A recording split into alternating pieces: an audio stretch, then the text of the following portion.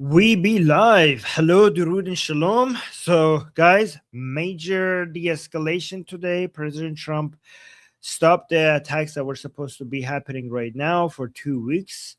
We were supposed to be right now in the middle of really heavy military operations, but we're not. Apparently, there's the news is that last minute President Trump stopped the attacks. But maybe that was the plan to begin with. But this is the main topic right now. Everybody is talking about regarding the canceled military operations that was supposed to be happening right now. So I'm gonna just go to our discussion group and jump into our group call and see what other people have to say about that.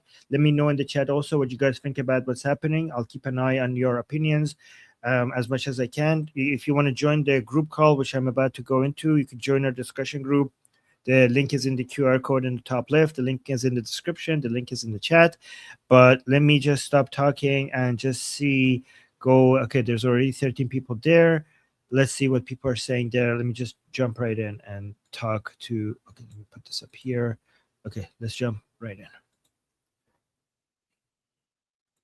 DSA, but I love discussing with DSA. Get to, I think it's like Hey, Armin. give the whole list of everything that they're going to do here. Thank you. Hey, Charmin Armin. 7. Hey! Hey. Armin. Yeah. Hello. Hi, guys. Hi, Peter. Hi, Danny. Hi, everyone else in the chat. All right, guys. I want to start this conversation soon, but before I do, let me know who's modding. I think I'm modding unless Snail Bunny really wants to. We could keep rotating. Okay, I'm modding. We can split it up if you want. Okay. I just I have to go at some point, but I can go at 5, I guess. All right. I don't want to. Okay. I'll do it. Let's not make the beginning of the show like the discussion regarding who's modding. Okay, let's just go with.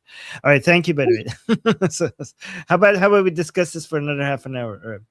All right. So before we see what your topics are, obviously, Danny put a one in the chat. Who's modding? That's fine. All right, so guys, who's disappointed here? I think Noha. I know Noha is very disappointed. We were supposed to be seeing a major escalation today as we're speaking. Major military operations were supposed to happen today, but like last minute, President Trump came out and canceled the military operations. So there's a couple of narratives and theories around this. Saudi Arabia, United States' own motivations for doing this. Trump's. Why did Trump do this? I have a theory that I want to run by you guys, see what you guys think. Not as something that is, for sure true, but something that I've noticed some people are saying, which might be true. I wanted to see what you guys think. But also the Islamic Republic's narrative regarding what's happening. But before I go through all of that, let me just read President Trump's Truth Social. So for people who might remember before this, Admiral Cooper came to President Trump with a 14-day plan regarding major military operations, like escalating things to a much higher level. Apparently, it was supposed to be even bigger than Operation Epic Fury. Like, it was supposed to be something really, really big. But and it was supposed to happen on the weekend. But last minute, President Trump came out and posted this on Truth Social, saying the USA is locked and loaded and ready to go against the Islamic Republic of Iran at levels of military terror, strength, and power not seen since World War II.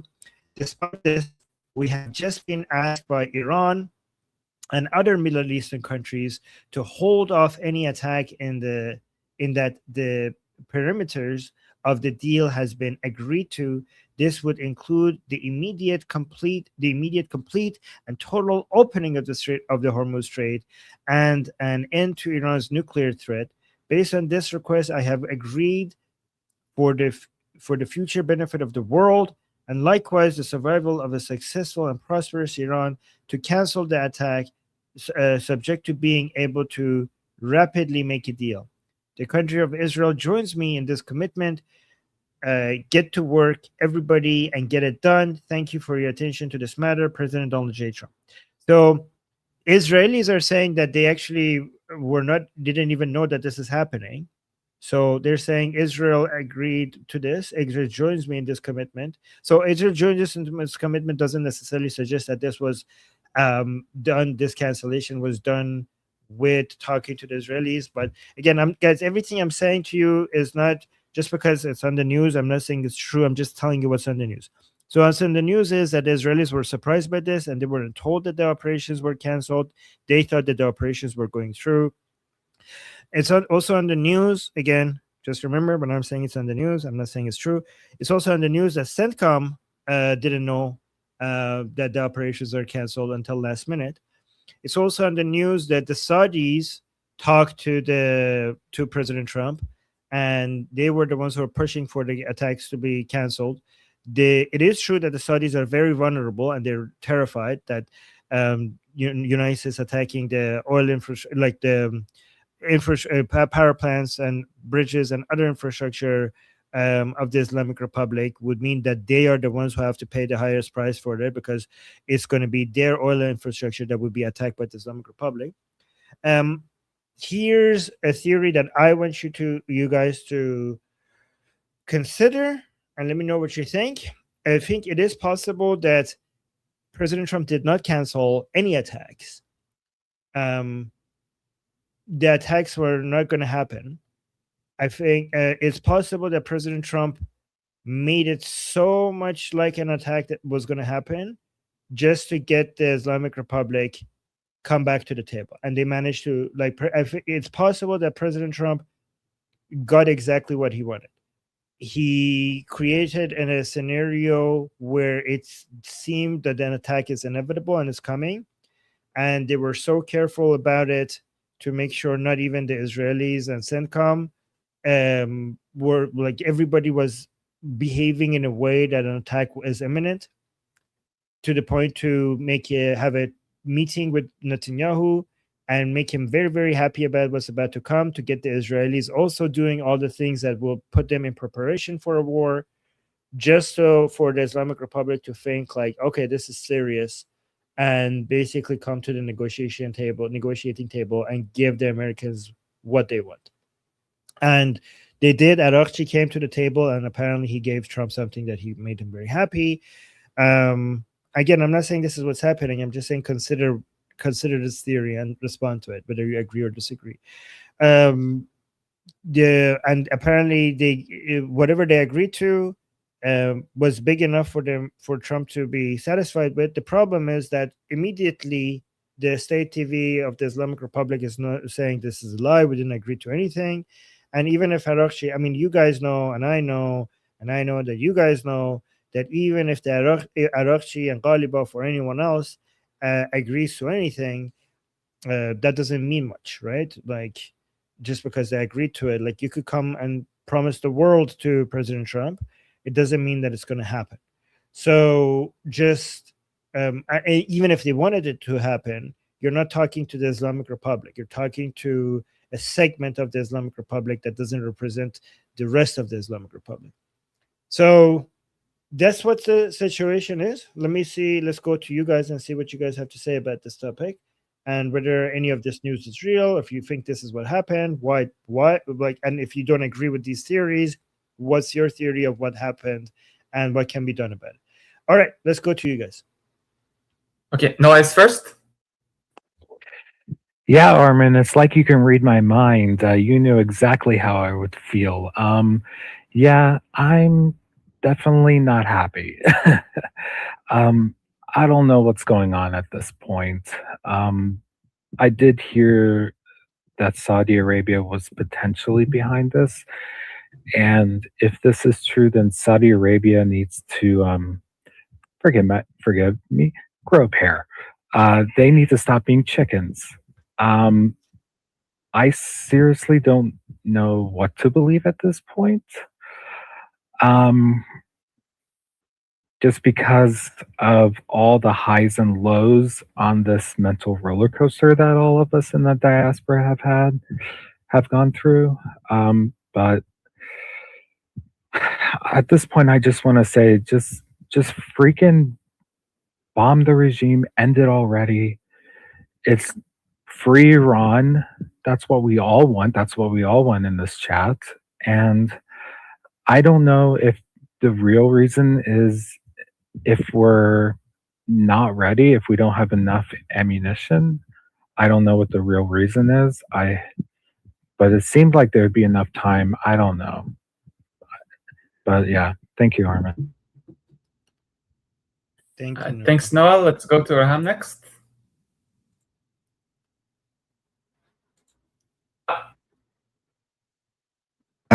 Before I give you my perspective, I have a question for you. You're saying that Trump, this is what Trump wanted. Can you explain for what reason you're saying that?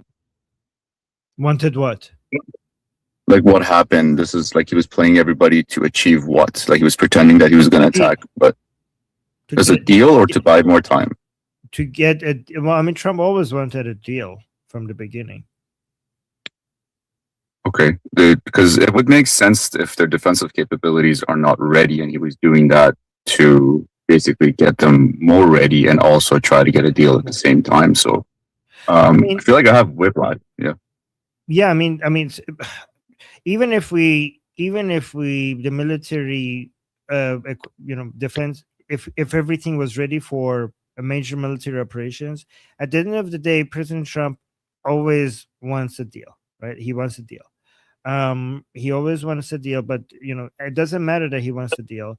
The point is that because the Islamic Republic will not give him a deal, or it's very unlikely to give him a deal, the reason why things were going in the direction that we wanted is to get a deal from the Islamic Republic. You keep having to weaken them so that next time they come to the negotiating table, you're talking to them from a even greater position of strength. So to me, it didn't really matter that President Trump wants a deal, because in his quest to get a deal, he was weakening the Islamic Republic anyways.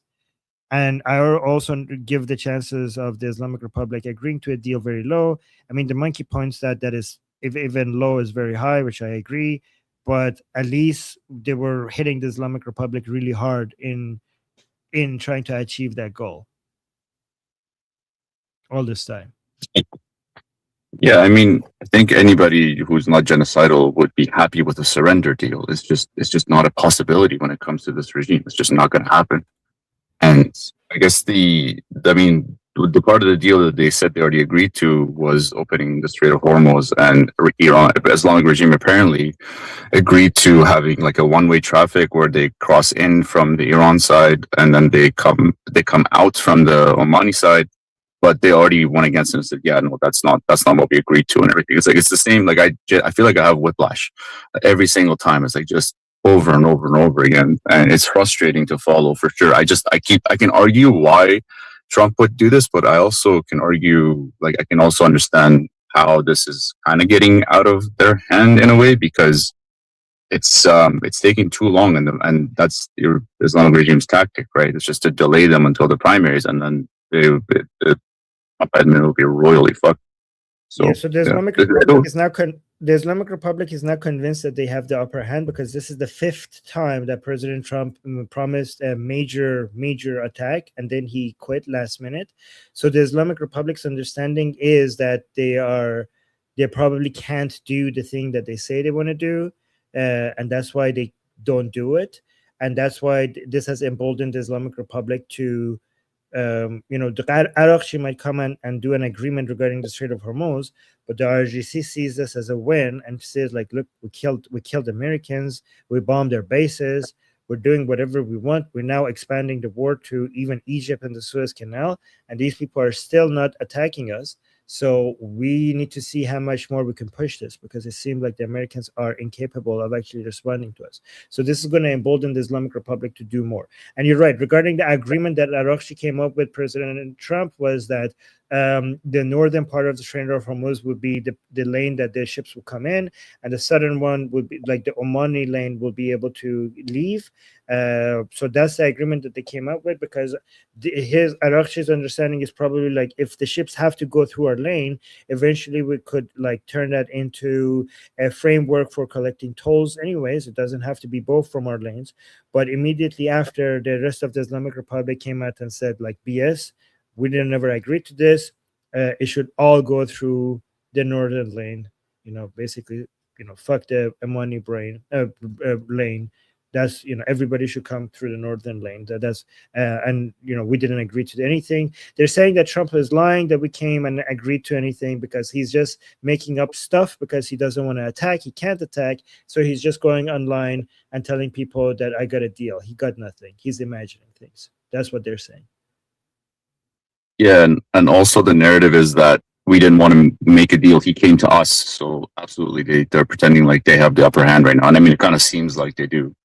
And I'll just end with this. I think the only like silver lining that I can see is there is a very good chance that they are genuinely preparing for a massive attack that takes a ton of coordination, and the logistics of it are extremely hard to execute. And I think the only way that they can reduce the Gulf states getting blown to smithereens is if they just basically attack with everybody at the same time, including the Crown Prince. But the hold up, I was listening to your Persian show this morning, and you were saying like it's time for him to officially recognize the Crown Prince as the official opposition and government in exile. And I absolutely agree with you. I think it's already gone a little bit late.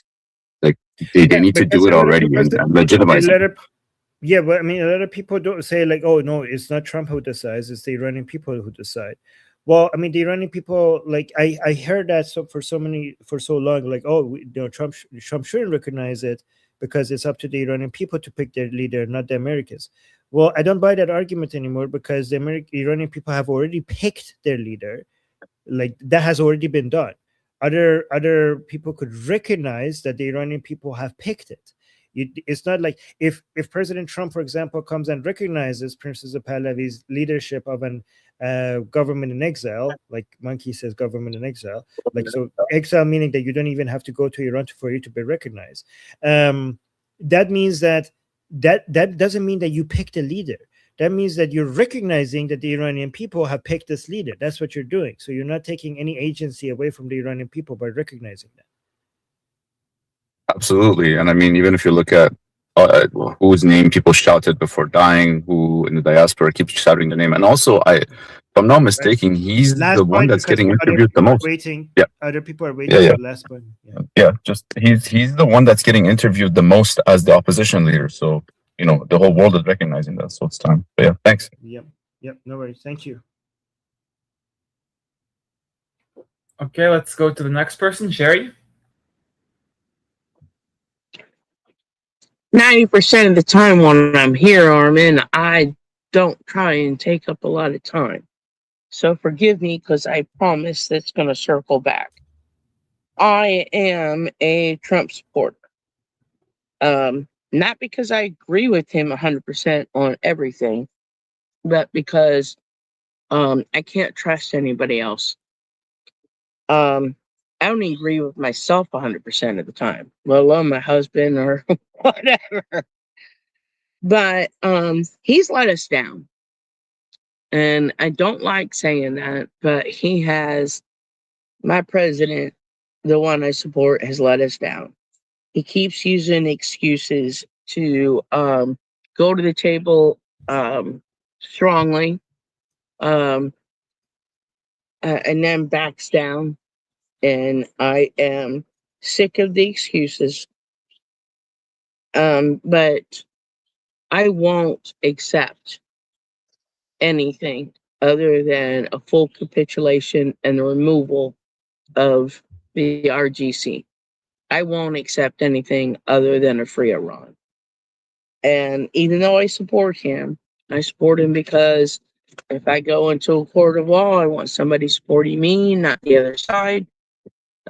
He's been America first, but he's made promises to the Iranian people that apparently he's not following through on. And I do understand. Uncle Jeff has been clear on this. A lot of people have been clear on this, as far as, what's going on behind the scenes. But yeah, I'm sorry, man. I'm just tired of making excuses for the fact that Iran is the people of Iran are not free. Well, I mean, okay. I mean, I have my criticism, a lot of criticisms of President Trump, but in defense of President Trump promised to Iranian people was help is underway, and help did arrive. He didn't make any further promises. President Trump never promised the Iranian people that he would do regime change. The Iranian people didn't ask President Trump to do regime change for them. Regime change is the responsibility of the Iranian people. And President Trump has already delivered on the promise that he had made, which is help is on the way. So if that help was not enough for regime change, well, it was never communicated that it will be enough. There was a hope that it would be enough, but there was never a promise made that it would be enough. And at the end of the day, President Trump it's still true that President Trump has done more damage to the Islamic Republic than any president in U.S. history. We have a lot of criticism regarding to what President Trump is saying and what President Trump might be doing. That the only way to judge what President Trump is whether or not what he's doing is in the best interest of Americans, because President Trump should not be judged based on whether or not what he's doing is within the best interest of the Iranian people, because he doesn't serve the Iranian people, he serves Americans. So our measurement of how good he is doing should be based on whether Americans' interest is being served. And I'm not saying he doesn't deserve criticism. Obviously, there's a lot of criticism there. But again, we have to just remember that Americans don't owe the Iranians. If Americans are doing something that is in the best interest of Iranians, it's because we have a lot of mutual interests with each other. Like we share the same enemy, we have a lot of similar goals, and that's why Americans helping themselves end up helping Iranians as well.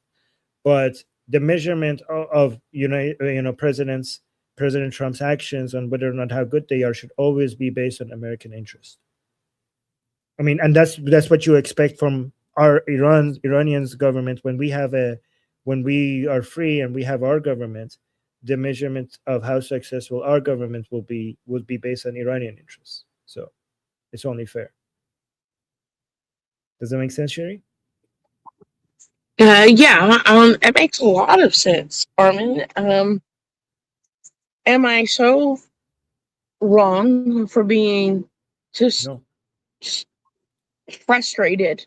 I hate being this person, Armin. I hate being the person that I feel like I am today. I want to see a free Iran. I want to see the people freed. And forgive me, like I said when I started out, one of the things that I loved about Trump was he was putting the American people first. But I think you brought up some good points where he didn't promise he was going to overthrow the RGC. He just did promise that help was on the way. And maybe I am just expected more. And I apologize for that. But, at the same time, I don't apologize for that. So, yeah, you made some good points. You brought up, the distinction and facts of what he said and what he promised and how it got carried out. So, but Sherry, I still want to see the end. I want to see the end of this regime. And thank you. Sorry. So, Sherry, first of all, you say I apologize, sorry, and then you also say I hate the person I am. I don't know why you're saying that. What I'm seeing is a person with a big heart I'm seeing like an American that has such a big heart that she is from all across the world. She's caring for people so far away that she's never met, and she cares for them and she wants them to be liberated. Like, why would you hate the person you are? Like, what is that? Why would you say that? I love the person you are. I love the big heart that you have. I love the kindness that I'm seeing and your concern for the Iranian people. Why would you hate that? I hate feeling like I want war and I want harm. That's not usually how I operate. So that's what I meant by it. Thank you. Yeah, sometimes my heart is too big and sometimes it's too small. Thanks, Arm. Okay. Just one last thing before we go to the other person. You don't want war. Fighting against the Islamic Republic is not asking for war. It's asking for the elimination of people who bring war. Fighting the Islamic Republic is not a desire for war, it's a desire to end the source of war. The war had already started 47 years ago. What you want is somebody to end it. So that's not asking for war, that's asking for ending war. All right. Okay, who's next? Next is Jose. Well, let's see how long my voice lasts today. No one mentioned, could this be something about restocking? And I'm thinking to myself, what has changed in the world recently that might force Trump to delay something? 300 Shahid drones in Cuba and a group of islands that runs from Miami all the way to Key West, with the 100-mile bridge there that really don't have any defenses. They have no value, but they're the shortest targets that those Shaheeds will ever have. What's behind them? Let's see, Miami, major population and tourist center. And I believe they can reach all the way to Tampa, which has, what was that place? Oh, yeah, Central Command, which means if they hit Tampa, they can hit the Patrick Air Force Base on the other coast, south of Canaveral, Cape Canaveral. All right. So they can do damage. What does this area doesn't have?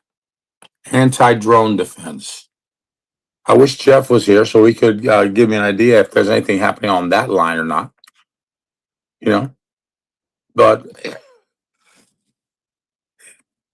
you're right in a way. He does care about the Iranian people, but he also cares about the home front too. And I don't think he would take, with that latest intel, the fact that those drones were seen flying over Cuba is more of a warning than the fact that they were there since December. You know, because they weren't being flown until recently.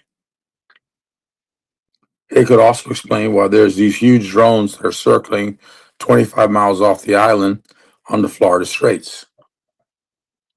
It could very well be why Rubio made a statement of how dangerous Cuba was to the American people. I'm just saying, if you want a reason why Trump would delay, that's a damn good one. That's a damn good one. Because a swarm of 300 of those things targeting Miami, the damage it will do would seriously destroy that town.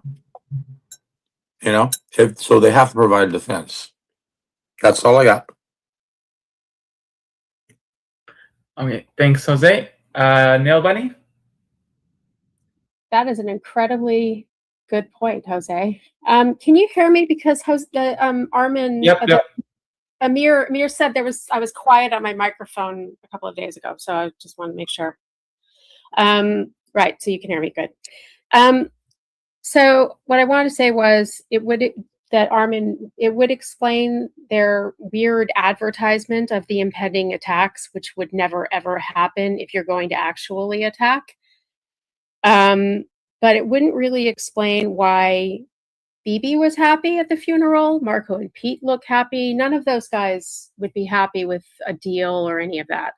So I think that they have a plan. And I don't think Trump wants a deal. I've never thought he wanted a deal. I think that that is the charade that they go through because they know that this is a regime of 12er Shia lunatics who will burn the country to the ground. And they can't let them do that. And we know that they will if they think that they're supposed to by like a law or something. So from what I see is they have whittled the regime down, starting the Hamas deal. That cut off Hamas, basically. That took away all their power, the power from Hamas. That, Venezuela, that was major. That cut off another wing of their drug trade and any kind of money they had or any kind of influence they had in Central America, except for, of course, Cuba. And, it's bad PR to stand with these monsters. Lebanon, they've started these talks with, Lebanon is a huge deal. So cutting off Hezbollah as well. Now they're in Iraq, cutting off Hizbut, I can never say it, Hizbut. I'm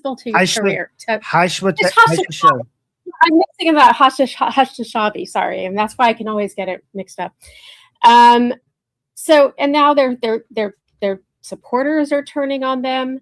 So what I see is just isolation, just they're ever more isolated.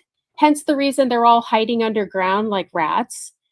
And, they're isolated figuratively, monetarily, physically, and even, I guess, maybe this is a question for you, is I think maybe even religiously. Like, do they even have the religious mandate now? Or even the will to burn down Iran? Because, I'm referencing, and I think I'm referencing this, is what Khomeini said. When they took power, they would burn Iran to the ground to light the fire of Islam around the world. That's how crazy they are. But do they really even have a mandate anymore if they're so completely isolated like this and no one is with them and they don't have any money and they're running out of influence? I think that they have them. I think that they have them where they want them. And perhaps that would explain why everyone seemed to be quite happy. And I don't believe they were happy because, Trump lied to them because, he just felt like it because he wants a deal. That's my opinion. So regards to, the isolation, first of all, they still have billions of dollars that is on the line. They need to have this end of times taking over the world narrative, not because it's their ideology, not just because it's their ideology, it's because they're still making billions of dollars from this narrative. So they're not going to give up on that narrative until the very end, until they're completely destroyed. If you want to weaken their ideology, President Trump's negotiations and ceasefire has caused that. And again, everything you're saying is true with regards to the Islamic Republic being defanged and weakened, and the tentacles being cut out here and there, fleshy interloper, and the Czech calls it the calamari strategy. All of that is true. That doesn't negate President Trump wanting a deal or not. Maybe he doesn't. Maybe you're right. But I'm just saying none of that negates that. None of that proves that he doesn't. Because even if I wanted a deal, I would go do all of that exactly to make sure that I have the upper, that when they come to the negotiating table, I have, I can basically force them to do what I want. I have leverage over them. That's what I will still do. Again, I'm not saying that I'm right or you're or I'm wrong. I mean, it could be. At the end of the day, we can't mind read. But the behavior would be exactly the same thing. Whether you want a deal or you want regime change, this is for both. This would be the right strategy, and that's why I think it doesn't really matter. It doesn't really matter if President Trump wants a deal or not. Because if he's moving in the direction of weakening the Islamic Republic to get a deal, well, that's the same direction that you would be moving towards to topple the regime we just want it to be, I think it's reasonable for why so many people are impatient, and they're done with this back and forth, ceasefire attack, and there's an argument to be made that this whole this pendulum shift, this ceasefire attack has been actually very effective in weakening the Islamic Republic. So I don't deny that. But there is still criticism to be, and also to say that Prime Minister Netanyahu is happy. So I get I get a lot of confidence when I say Bibi was happy, but I'm also saying that we should consider all options, including maybe they made Bibi happy so that the Israelis behave in a way where the Islamic Republic sees that and makes it very much look like they're about to attack, because that's the best way, making Bibi smile and making Israelis prepare for a military operation is the best way to signal to the Islamic Republic that we're about to come F you up unless you come towards the table. So again, all of this could be true. And it also could be true that all of this is to buy time to do a major, much bigger military operation. What I can tell you is that the military operation that is required is so much bigger than anything that has been done. So if they're planning for that, it better be really big for their own sake. Also, that doesn't mean there's like that doesn't mean that that a lot of criticism here is not justified. There's a lot of things that President Trump has been saying that whether or not this is a plan hasn't been the best thing to put out there. And there's a lot of damage that Israelis have been taking. There's a lot of damage that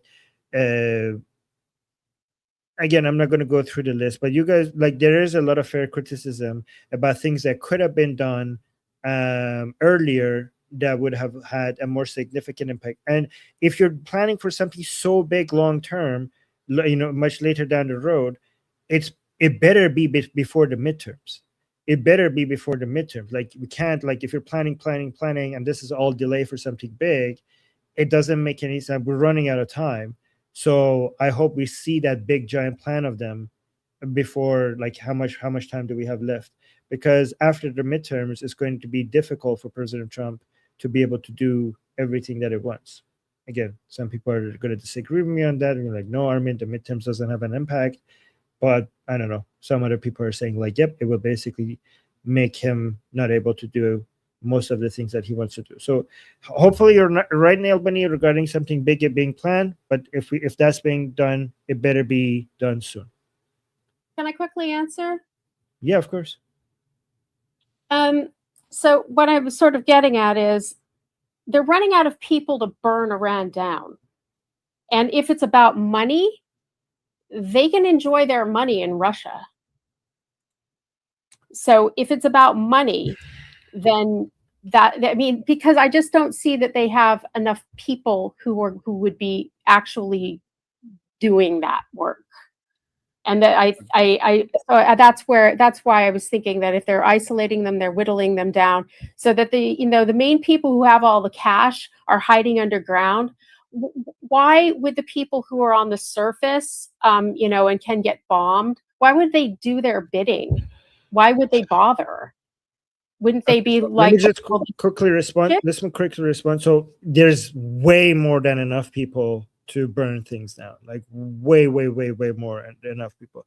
It doesn't take a lot of people to do such amount of damage, and they have more than they need, right? And there's always going to be plenty of people inside Iran, and also especially from outside of Iran. Hashd Shabi, Zainabi, and Fatimi. These people are not that expensive. Their cost is in the millions. The Islamic Republic's revenue is in the billions. And they're not going to be able to enjoy that money in Russia, because it's not about a constant sum of money that we're talking about. We're talking about revenue generation, not we're talking about billions of dollars being generated every year. It's not about a fixed sum of money that they want to keep. It's about the fact that they're making billions of dollars every year. And to be able to continue making billions of dollars every year for themselves, they need to be able to hold on to Iran. So yeah, they're not going to be able to take that with them to Russia. Also, Petito's here. Hi, Petito. Oh, Petito, hey. Great to see you again. Hopefully we hear from you. Aaron, you're next up for the two. Who? Armin. Oh, wait. I think I already made my points. Okay, then Yes, sir. then after Armin is Roy.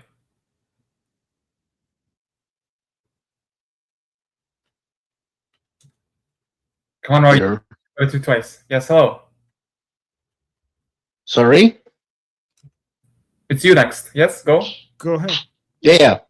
I'm saying there's one thing we're all missing here, guys, which is have you forgotten that the RGC have tried to assassinate Donald Trump multiple times? I think even if, let's just say, even if Donald Trump wasn't the big, had this big ego of him, uh, he's a president, still be like, oh, he tried to kill me multiple times. I don't think I'm gonna, let that slide. Not ever. Not like in a billion years. So I'm just thinking to myself, listen, we're all frustrated. I really get that because it feels like it's taking too long because in internet terms, we're feeling it like, pretty, we're feeling everything pretty fast, right? You're like, oh my God, it's taking a whole year. Well, to be fair, should we compare it to like the Iraq War or to other, 20-year wars, 6-year wars? It's gonna take a while, unfortunately. And also, I still think that we are not there. We are not at the table. We do not know what's going on. Listen, guys, if you would ask me a few years ago about Trump, I would lose my shit. I hated the guy. I still hate him. With some regards. But I do think that he at least knows what he's doing. He at least knows who is he dealing with, and he knows that regardless of what we are thinking and regardless of what we are saying, he is going to finish this once and for all. And he doesn't need to do any regime change. This is why we have Reza Pahlavi. This is why we have Bibi and us in Israel. We are part of this. We are all part of this. We are, like, if you are looking at it as a stratego or another, I don't know, civilization game or something, we have surrounded them. We had cut off every tentacle possible. They have nothing. 2 years ago, this would be like unimaginable. We are talking about the best fucking scenario ever. So I know it's frustrating. I get it. I mean, I've been in and out of safe rooms in Israel for the better of 2 years. So believe me, I know. It's not fun to explain it to a 6 years old. Oh, the bad guys are shooting at us. Oh, it's nothing. We have a safe room. But I am optimistic that this is going to be the end. If you want to talk about, the enemy of like the next enemy, which is Qatar/Turkey, well, this is something different. But for now, Iran is pretty much, not the RGC. Excuse me the language. The RGC. Yes. Thank you, Roy. Monkey, you're next. Yeah, I have a steel man that I don't believe in much, and I have two comments on weapons depletion. One of the problems that Ukraine just had when it got hit in Kiev is they ran out of Patriot missiles.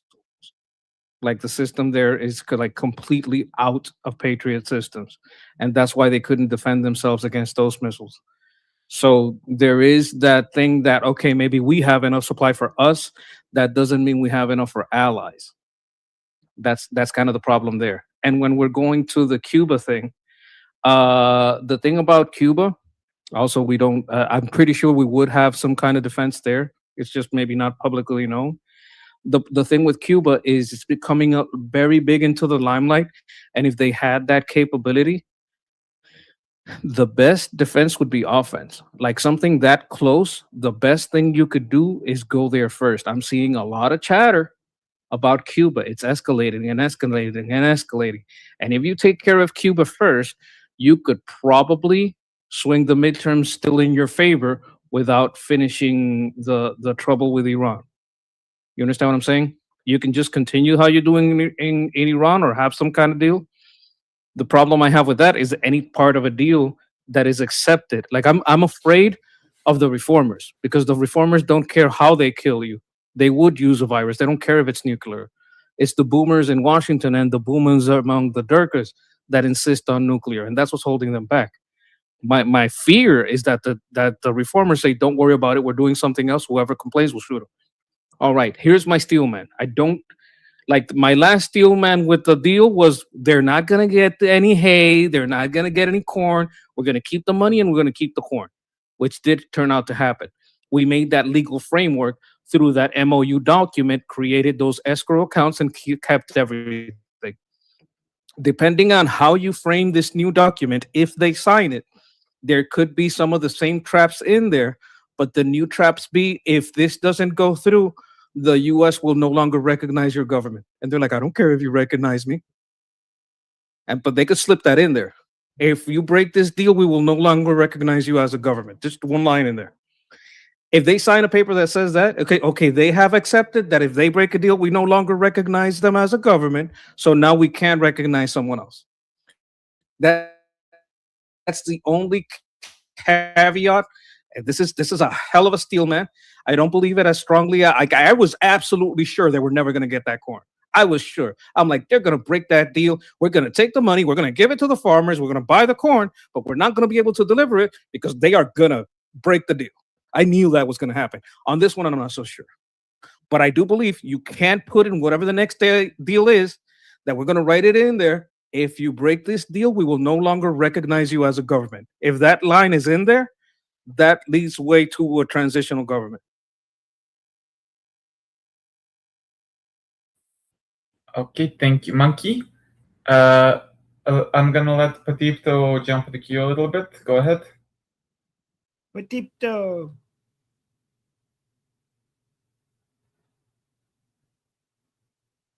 Is there Patipto? Yes. Yes. There we go. Do you have me loud and clear? Yes. First of all, I really missed you guys every night and every day. I'm looking forward to be with you again, but I have some challenges and trying my best to follow your discussion groups. And the main reason that I joined with you guys tonight is, in my point of view, I think we are always agree on the same statement. We are totally on the same page, but I think there is some misunderstandings and some things need to be corrected. I have some comments about the context that we are experiencing right now. If we actually take a graph of President Trump's popularity or hatred, this is going like a roller coaster, and this diversion between tops and lows of his popularity and his hatred in the social media made me think of some things that I'm going to share with you right now. But I want to tell some parts in Persian because I want to Armin to first of all check my vocabulary because I don't want to make misunderstanding. So the whole idea from where I'm sitting right now, from where I'm sitting right now, as you all believe, we are already past the point of no return for everybody. Not only President Trump, not only Benjamin Netanyahu, Prime Minister, not only Iranian people, not only IRGC or Iranian regime. Everybody knows we have passed the point of no return. But think of this matter of somebody who lost some belonging, or who knows who has cancer, he's going to die soon. So these have two sides. From the regime side, they're doing the best of they can to say just a day or more alive. And from our perspective, we want to do anything to just this regime or anything it has. Let's go even a second sooner.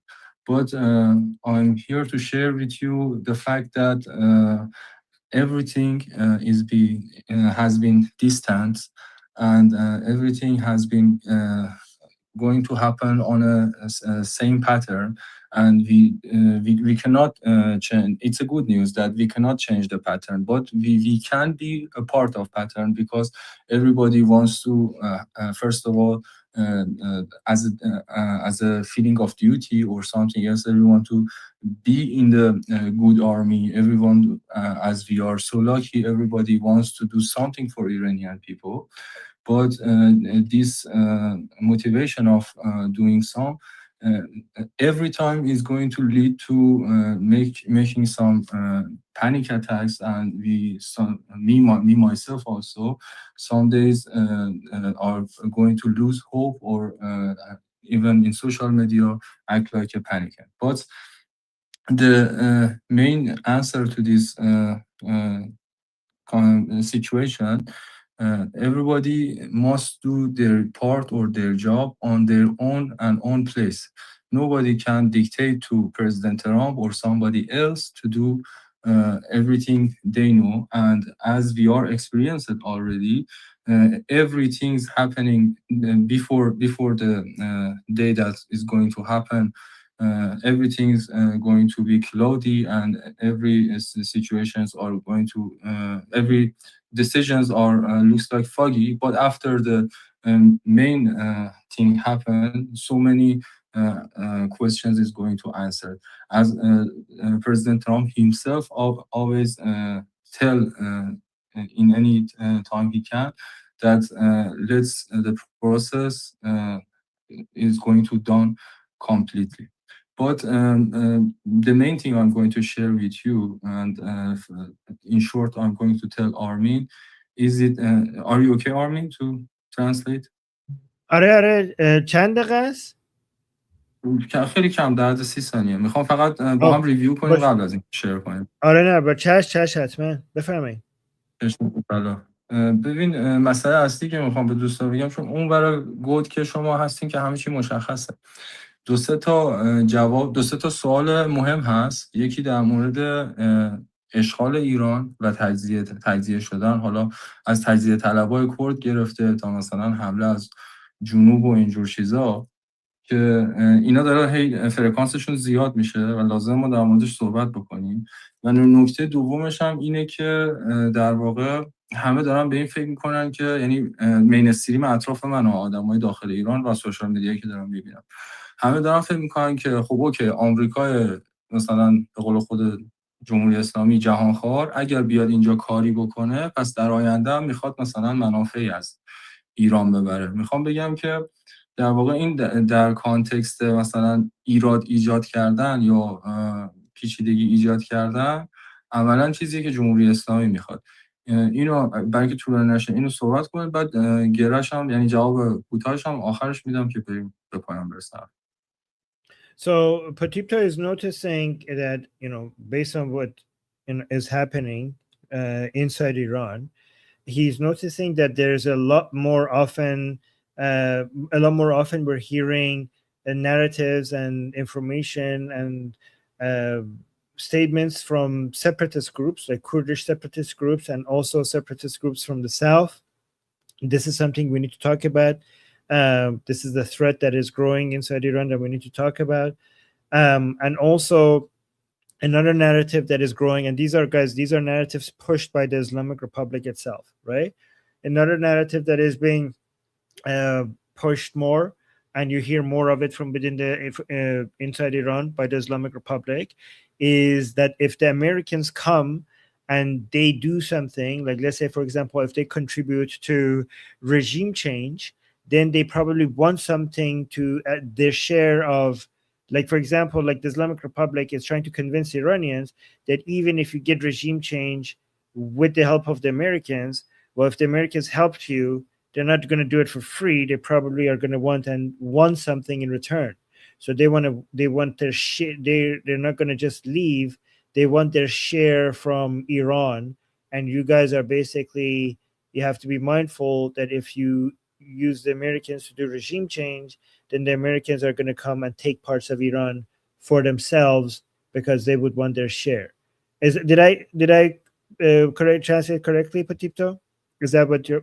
دقیقا دقیقا. حالا در واقع من با این نگرانی که ایجاد کردم میخوام جواب قطعی رو بدم که یک بار برای همیشه هست. یعنی الان ضبط میشه، شما 6 ماه دیگه برین چکش بکنید.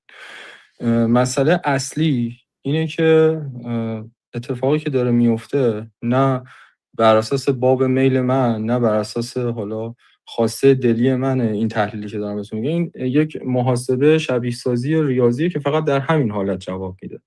به عنوان مثال اگر قرار باشه که بگیم تجزیه طلبها میان داخل و ایران رو تیکه پاره میکنن، اوکی، این ایده بارها شکست خورده. تقریبا از زمان انقلاب تا همین امروز این تهدید همیشه بوده، نه اینکه نخوان بیان، اومدن و نتونستن. به خاطر چی؟ به خاطر اینکه ایران یک ملت یک پارچه است، درست رنگارنگی، ولی این همدلی و وطن پرستی و میهن پرستیه که سالهاست جلوی تجزیه شدن ایرانو نگرفته. اگر دوست دارید تاریخ رو مطالعه بکنید، برگردید به دوره مغول‌ها، برگردید به دوره‌ای که از ایران فقط یک استان بود، برگردید حتی به دوره ساسانیان یا قبل، در زمانی که شاهزاده ساسانی برای اینکه بتونه ایران رو نجات بده فرار کرد رفت چین و از چین دوباره برگشت ایران رو پس گرفت.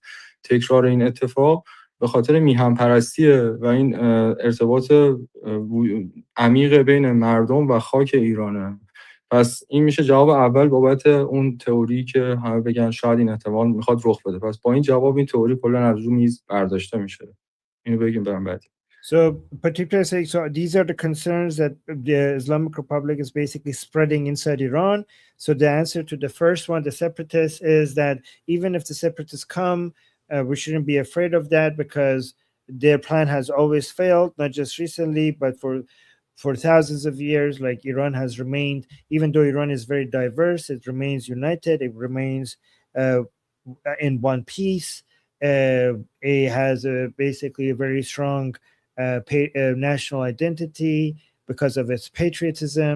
Iran has managed to overcome all of the forces from outside that try to tear it apart, and they have never been successful. And he gave some historical examples through, the Mongols and other examples throughout history that nobody managed to tear Iran apart. So we shouldn't be worried about these, for example, Kurdish separatist groups being able to do that, because if like, I will add this myself to it, like, particularly if you don't mind, I'll add one line.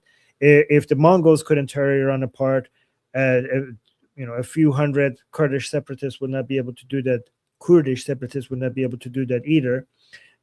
Also, one thing else, particularly, if I may add, is that if you're the greatest threat to the border integrity of Iran is the Islamic Republic.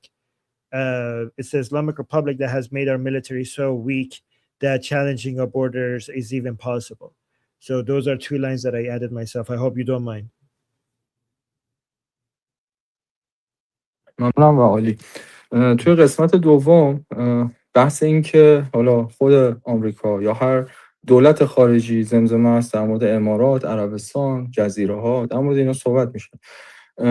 هر کدوم از این دولت‌های خارجی اگه بخوام بیان جای از ایران رو بگیرن، فقط همه میدونیم که فقط گرفتن مسئله نیست، مسئله نگه داشتنه. به عنوان مثال تجربه که آمریکا توی افغانستان یا توی عراق داشته که اصطلاحاً فیلد استیت شده، به خاطر اینه که شما وقتی یک جای رو میای اضافه میکنی، نگهداریاش میاد، نمیدونم فرهنگش میاد، باز جواب دادن به مردم میاد و خب این چیزا نه از پس طبیعتا جامعه یکپارچه آمریکا که میلیون ها کیلومتر از میلیون ها متر از ما دورتره جواب میده، نه در مقابلش هم مثلا جایی مثل امارات ارتش رو توانایی مالی و اقتصادیشو داره که مثلا بیاد 3 تا جزیره رو بگیره و اینا رو برای خودش نگه داره، چون هر گرفتنی طبیعتش پس دادن هم هست. پس اگر قرار باشه به پس دادنش فکر بکنیم صرفه و تقاضا نداره. نکته اصلی چیه؟ اون چیزی که میگم یادتون باشه و اینجوری پیش خواهد رفت اینه که مهمترین یعنی در واقع نه نابود کردن زیرساخت، نه نابود کردن ارتش، نه نابود کردن هر چیز لوجستیکی، حتی از بین بردن تمام نیروهای سپاه، همونجوری که دارین میبینیم تو روزهای گذشته، قرار نیست جمهوری اسلامی سرنگون کنه. نه تنها جمهوری اسلامی بلکه هیچ نظامی با از بین بردن لاجستیکش سرنگون نمیشه، به لبه پرتگاه میره، ولی اون چیزی که از پرتگاه میندازتش پایین خواست و نیروی مردمه. یعنی اگر همین جمهوری اسلامی مقبولیت مردمی داشت طبیعتا آمریکا شکست خورده بود و اگر آمریکا بخواد بیاد تو ایران کاری بکنه و مقبولیت مردمی نداشته باشه اونم شکست میخوره. پس ترکیب این دوتا تئوری این اتفاق رخ میده که اولا مهمترین تهدید وجودی سپاه بر علیه خود مردم، بر علیه شهرهای داخلی، همونجوری که توی تریبوناشون گفتم، و بر علیه تمام کشورهای منطقه و مردم منطقه، همون شهرهای موشکی و توان در واقع پرتاب موشکیشه. پس ما اگر قرار باشه یک حمله داشته باشیم که بخوایم مثلشو بزنیم روز رستاخیز جمهوری اسلامی، تو اون حمله قرار هست که توان پاسخ موشکی از بین بره، ولی همه میدونن یه هفته 10 روز 20 روز این اتفاق بیشتر نمیتونه ادامه پیدا بشه. نیمه گم شده پازل که در واقع نه جمهوری اسلامی دوست داره بدونید، نه سوشال مدیا، لفتیستا و در واقع کسایی که کنترل گلوبالیسم دستشونه دوست ندارن بفهمن، اینه که قدم آخر رو مردم توسط فراخوان شاهزاده برمیدارن. شما فقط اینو شبیه سازی بکنید که یک شهری آزاد بشه که جمهوری اسلامی نتونه پسش بگیره و شاهزاده تو اون شهر فراخوان بده، مردمی که جلوی گلوله اومدن خیابونا رو پر کردن تو شهر آزاد میتونن برن تهران هم پس بگیرن. یعنی بزرگترین ارتشی که ما بخوایم برای نابودی جمهوری اسلامی داشته باشیم مردمیه که بعد از حمله آمریکا گوش به فرمان شاهزاده هستن و از این جایی که من هستم ما خیلی بیشتر از آماده هستیم که این کارو بکنیم. از دست خالی گرفته تا چیزایی که خود آرمین میدونه ما اینجا آماده داریم برای اینکه کارمون رو بکنیم. پس از امروز فقط از شو لذت ببرید، خیلی خودتون رو استرس ندین بابت اینکه قرار اتفاقی نیفته یا قرار مذاکره بشه نیمه راه تموم بشه، به خاطر اینکه این قضیه دو جانب داره. یک طرفش چیزیه که ما داریم توی سوشال مدیا میبینیم، یه واقعیتش اینه که اون سپاهی شب تخم مرغ نداره بره بخوره و هر چقدر این پروسه ادامه داشته باشه طبیعتاً پوسیدگی نظام بیشتر میشه.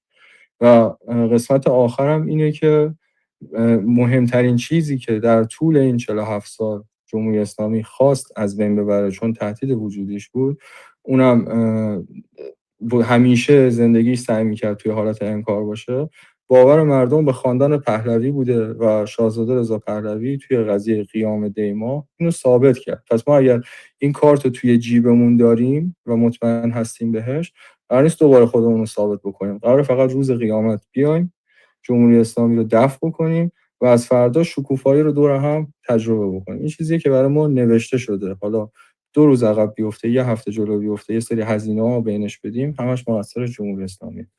پاینده ایران، جاوید شاه. Javid Shah. So Patipta says, like, even so, that's a Kurdish separatist group, but even if UAE or anyone else wants to come and take islands from southern Iran, like, for example, Tombe Kuchik, Tombe Buzurg, those are some islands that are UAE thinks it's undisputed, it's theirs. And the Islamic Republic uses the fear of Kurdish separatist groups and UAE taking islands as a way to make the Iranian people scared of regime change.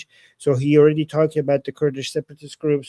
He's saying, like, even if United States wants to come take islands, which they don't, but even if they wanted to, and the UAE comes and takes some islands,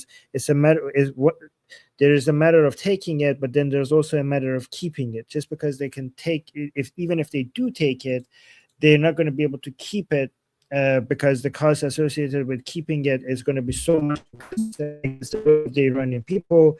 And then again, once the Iranian people are basically free, it's not like they're going to just let the UAE or anyone else keep those islands. And the cost associated with keeping it would be so much that they're not going to be able to hold on to it. With regards to um, the Iranian people, um, he's saying like basically nothing, as long if anybody wants to go against the will of the Iranian people, given that the Iranian people are so united and determined, that will be costly for anybody to go and go against their will for too long eventually. And also, when it comes to the hitting the Islamic Republic right now, their operations, their logistics, that is not that also is not what is going to do the final job in getting rid of the Islamic Republic, but is going to what is going to finish that is going to be the will of the Iranian people, right? Uh, and that's what's going to basically be the final blow. Let me see. Yeah, so anybody going against that, whether it's the Islamic Republic, UAE, and anybody else trying to do that, like you're saying, even the United States knows that they're not going to do that because that would be too costly. Well, why would the United States come and just take islands from Iran and keep it? Like then they have to stay there, they have to maintain it, they have to constantly fight back against it. Anybody, like even the United States wanting to do that, coming here and take some islands, like yeah, honestly, it's like even a ridiculous suggestion that the Americans would want to do that. That Islamic Republic is suggesting that, but Potipta is saying it would fail anyways, even if they wanted to. And with regards to the Islamic Republic, all they have right now is missiles. They have nothing else. So if any types of other operations happen, they will fail because they have nothing else other than missiles. I think I got that. And also, so the last, all of this is going to eventually, you know, let me see what I wrote here. Okay, so all of this is leading to the last step, which is the call to action of Prince Reza Pahlavi. Everybody has to remember that the biggest army that we have right now is the Iranian people on the ground over there. And particularly saying, based on what I'm noticing, we are ready. Like you're saying a lot of news on social media that makes you disappointed. But the Iranian people, which is the biggest army right now against the Islamic Republic, is ready, and they will fight against the Islamic Republic by any means, with their empty hands and by other means. And he said, Armin knows what I'm talking about by other means. There are certain things that the Iranian people are doing that makes them not come, some of them at least will not be that empty-handed when that day comes. So Potipta is suggesting, don't stress yourself. Just remember that what you're seeing on social media gives you one side of the story. Another side of the story that Potipta is saying is that IRGC soldiers can't even buy eggs right now to feed themselves. And that's something that is a lot more important that like many people realize. The fact that even the people who are fighting for the Islamic Republic can't afford basic necessities. And he's saying the biggest card that we have right now is that the Iranian people continue to believe in Pahlavi. For so long, the Islamic Republic understood that this is the greatest threat against it, the fact that the Iranian people continue to believe in Pahlavi, and they try to take that away from us, but we still have that card, and this has all been written for us, so don't stress because it will happen the way it's supposed to eventually. Did I get that right, Potipto? Yes, sorry to my miscalculation because I told you about 30 seconds, but I think you took as 5 minutes. So sorry Yes. about that. It's okay. It's okay. Thank you for your input. I think people appreciated it. Thank you. From You're inside, guys, most for people who are new here on YouTube, this is like Potipto is a freedom fighter inside Iran. So his perspective is very important for us to see the things that we might not be noticing from where we're standing. So thank you, Potipto. You're more than welcome. I just want to add my last comment, and the main thing that we are gathered here, and we are soul bonded actually, is everybody, including me, myself, and you guys, and everybody around the world, including Iranian diaspora or any country's patriots, who we are so proud of them. And everybody in this believe that it's not a thing that for or 10-year or 20-year, it's for our generations. We are doing this because we want to, and we believe we are going to write the history in new way. Because, for example, Americans and Israelis and Iranians looking forward for not only 10 to 20 years, we are looking for next 100 or 1,000 years, because everybody then goes back in the history and check the facts, because we are living in a digital world and everything's going to be written.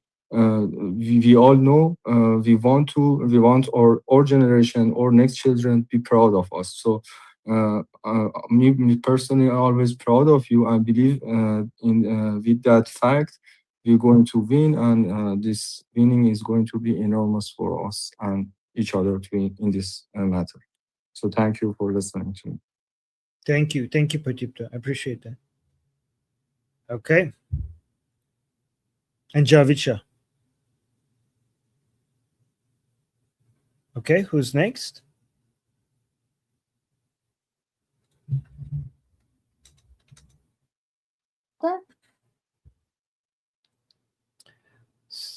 Hey everyone.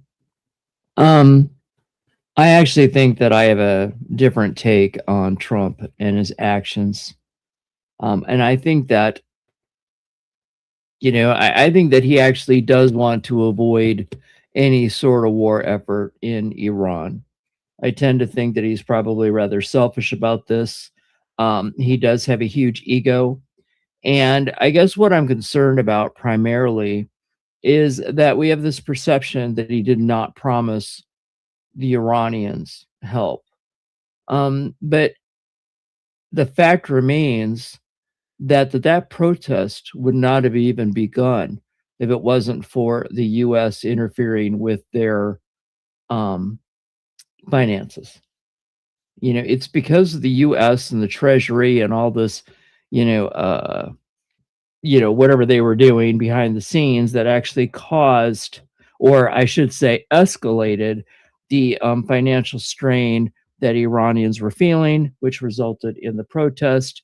And then, just a few days later, Trump starts posting on Truth Social, which of course gets passed to all the social media platforms, for them to take over,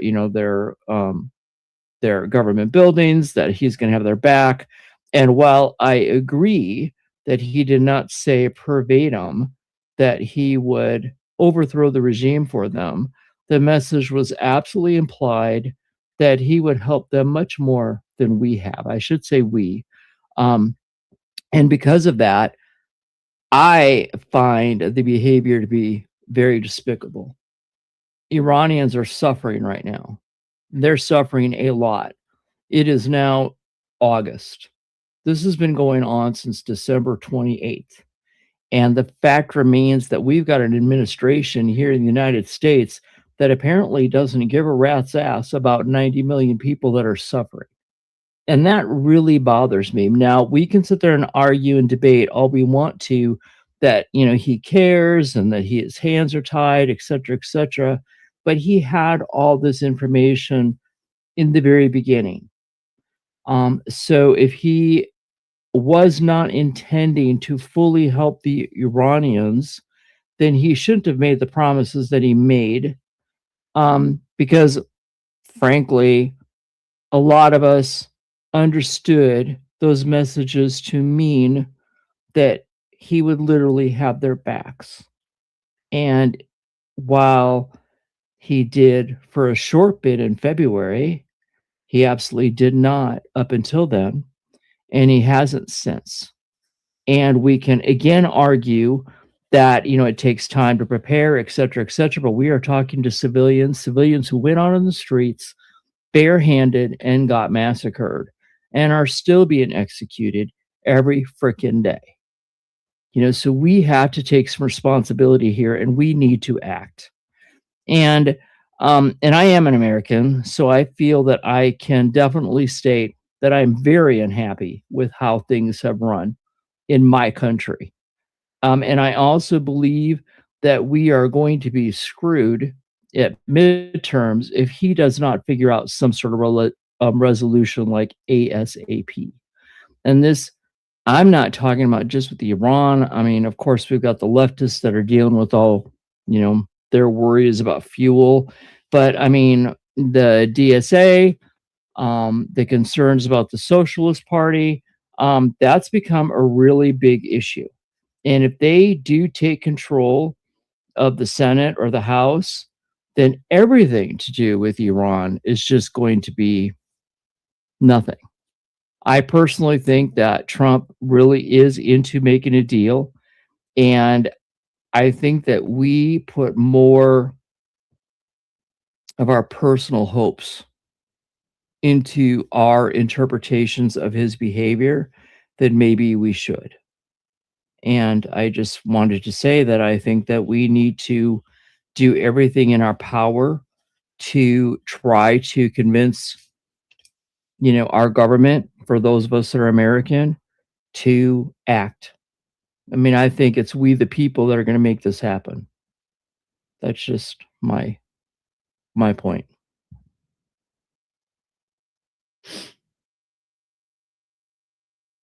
Next is Siddhartha.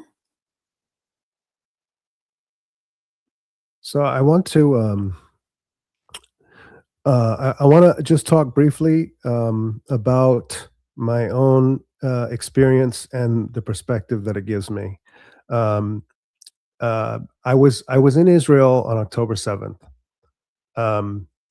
I was, of course, very disturbed by what I saw, by the images, by the stories that came out, and so on.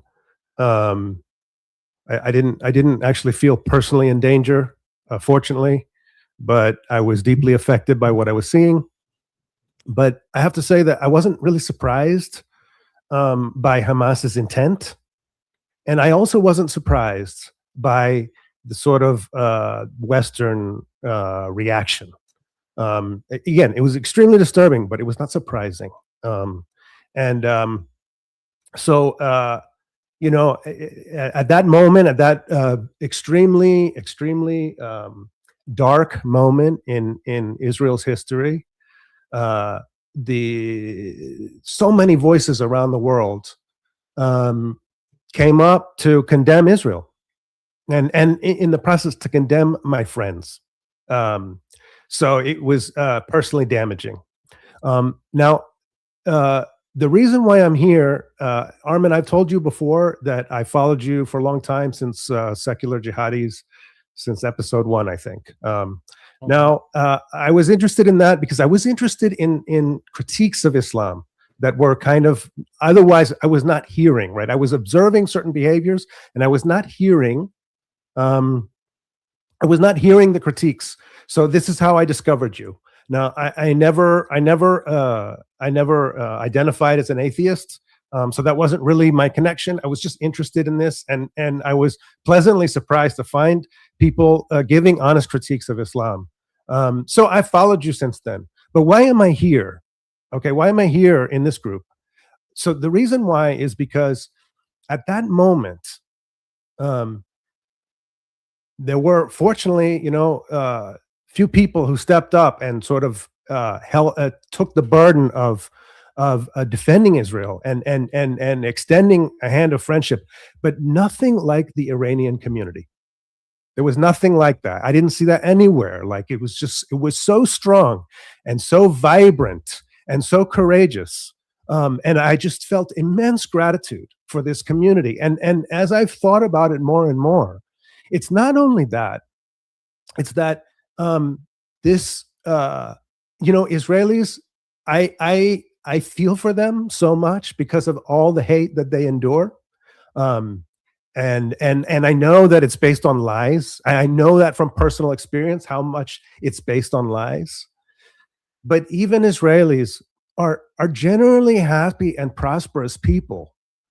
And when I look at the other side, I see the Iranian people. I see a people suffering under a sociopathic regime of unimaginable cruelty, and yet they have the capacity to empathize with the Israelis. It's really unprecedented. I don't even know how to explain like what I'm seeing, but it's so moving.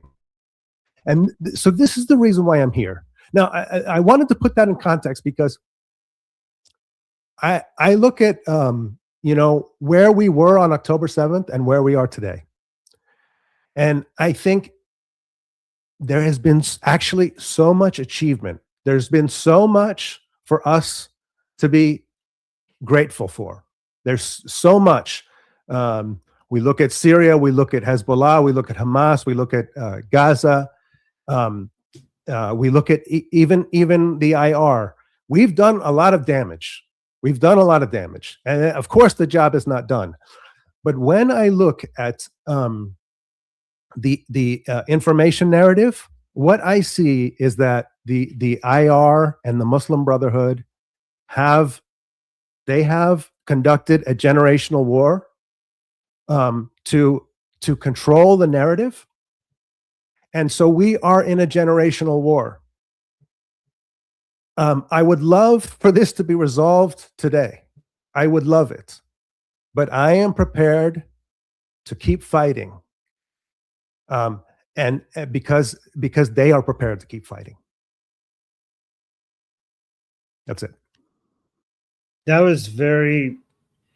I'm so grateful that you're here, Siddhartha. That was. I don't know how to express how grateful I am that you're here. That's so powerful. Thank you.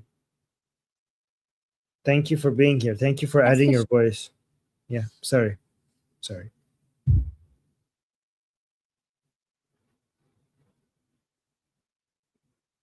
Next is who? Shauna. Shauna, if you're speaking, you're muted. Oh, there we go. Sorry, my app takes a second. Yeah. So I was listening to different voices after the chat this morning ended to try to see different perspectives. And I so much appreciate what Sid said. I totally disagree with what Hulda said, and I'm super grateful that we have diversity of voices here because I think that's very important. So I'm super grateful that there's diversity of voices here. I think that there's a couple. I think Monkey's always talking about like the boomer nuclear threat brain. I think that's a factor here. I also think we need to go back to why didn't Trump react as strongly as we would have thought when those 4 soldiers died? That's very unprecedented. That's not typical of Americans. That's not really what we're known for. I think a lot of us were really upset by it. I know I was really upset by it. Not just their deaths, but the fact that we didn't go balls deep like on them was upsetting. And I think that I was watching one of the voices that I was watching is Glenn Beck, and he pointed out that the reason why he didn't react the way we might have expected and why he downplayed it to the press is because he is genuinely trying to avoid a full throttle war because he is afraid or concerned of things escalating to a global war. And I don't know that I 100% agree with that, but I do maintain that I think he is trying to prevent it for as long as possible. And he's trying to use unprecedented tactics because we are dealing with an asymmetrical war. We've never had this kind of an enemy before. It's different. I mean, in some ways it's parallel to other enemies, but it's not identical. It is a different type of threat than what we've had before. I don't know all of the strategies. I'm trying to do as much data intake as I can to try to understand. I feel like I'm 10 years behind. I think a lot of people feel like that, that are just like, there's a lot of people like me out there that are just trying to get their bearings, trying to understand this issue because they weren't involved in geopolitics up until like October 7th or some other pivotal event that caused them to pay attention. So I think there's a lot of people out there like me that are also just trying to figure out what the truth is. I think Sid's point about their campaign against the minds of our youth for the last 30 years is poignant and true. But yeah, I think I mostly just want to kind of highlight the fact that I think we're going through an asymmetric war, and we need to kind of think in those terms. It may not look like the boom booms all the time. It may be that this kind of whack-a-mole strategy, even though I keep saying I have boom boom blue balls, like I just want it to end. I think that that's a big factor. I actually just think Trump really does hate death, and he doesn't want people to die, and he doesn't want to put boots on the ground. I'm not saying the Marines wouldn't go for it or whoever else. I'm saying he doesn't want to do it because he doesn't want to have that kind of bloodshed, and he doesn't want to escalate if there is another strategy. I don't think he's trying to get a deal, though. I agree with Nail Bunny on that. I don't believe he's trying to get a deal. I think he's trying to weaken them and weaken them and weaken them and strengthen us and strengthen us and strengthen us, so that if this escalates, when it escalates, it can be decisive. I don't know if there's a long-term plan, or if what they're actually doing is, okay, we found this new thing that they're doing, let's try to cut them off here. They may not even have all of the data. They may be getting new information along the way as well. In fact, they probably are. So, like Jose's point about Cuba might be poignant. That might be another tentacle. I was reading, this is not related to the war, but I was reading about how petroleum stations are getting changed over slowly so that they can process the kind of crude oil that we have. And one of the things that they're doing is they're installing software to see what the next phase that they can replace. Like, is it a small fix, a medium fix, or a big fix? And they're doing it part by part. The reason I bring that example up is that maybe that's one of the things that Trump is doing with this strategy, or his administration is doing with this strategy, is they're using each attack or strike as a type of software to see where there's a crack that they can exploit. I'm not saying I'm right. I could be delusional. I could be sucking Trump's dick. I don't know. I'm just kind of throwing out that this is asymmetric, probably in ways that we're not used to. And so, maybe there's just unconventional strategies. I do think he's trying to avoid death, though. And I think he underplayed the death of the soldiers because he doesn't want a panic attack amongst Americans. So that's just throwing those things out there. Right. We have 21 super chats, right? Yes. 21 super chats. Thank you, guys. That's a lot of support. Crazy amount of support. Thank you so much. Ida with a super chat saying, hell no. I don't know why. I don't know what, but just hell no. Oh, yeah. Hello, Al. Thank you, Ida. Okay. I don't know why I said it in Trump's voice. Thank you, Ida. What happened to me? Boboism with a super chat saying, Ben Gvir mocks Spain's anti-Israeli prime minister. Yep. I mean, I agree with Ben Gvir here. So thank you, Boboism. And we got Kufar with the 2 jewels. Thank you so much. And then Ida again with another super chat saying, my heart really breaks for the people of Iran. Thank you, Ida, for your big heart and always caring. I appreciate you. Ida with another super chat saying, I cannot even imagine what they go through if we are all frustrated. I just really cannot even comprehend how they must feel. Yeah, I mean, when they woke up with the news that the attack is not going to happen, the amount of, a lot of, again, I'm not going to go into that, but thank you, Ida. Thank you for the super chat. Amir with the membership gift. Thank you so much, Amir, always supporting us. Kevin with the membership gift. Thank you so much. Cappy with the membership gift. I know your nickname. Bobo is with another super chat saying, Trump's not all about Iran. Trump must win elections. Thank you, Boboism. Thank you so much for the super chat. Tinley with a super chat saying, to Sherry, is Sherry here? Okay, I hope she hears this. To Sherry, if Trump does the bombing, resulting in images of deceased women and children 24/7 on treasonous media, would you and everyone stomach it? So that was a question for Sherry. And other people, if they want to respond to this later, they could respond. And then we have Fleshy Interloper with the super chat saying Trump is failing on his own goals. Thank you, Fleshy, for the super chat. Steak and Beans with a super chat saying we can't blame only Trump for this ongoing circus. IRGC is a danger on a front of an evil east axis of powers. Okay. IRGC is a danger on the front of an evil east axis of powers, and the whole West is betraying its values and its people. Europe is mostly bankrupt, etc. Thank you, Stick and Beans. Stick and Beans with the super chat. And then we have Budman's wife. Thank you so much for the jewels. And then we have Dominic with the super chat saying, my hat in your honor, Petito. Thank you, Dominic. That's very sweet.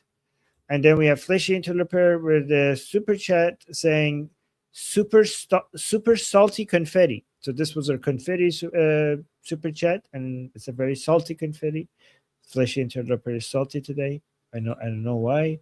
Noah celebrating 2 months of membership saying Javid Shah. Also Screw Vance and MBS. I mean, I can't disagree with that. Thank you, Noah.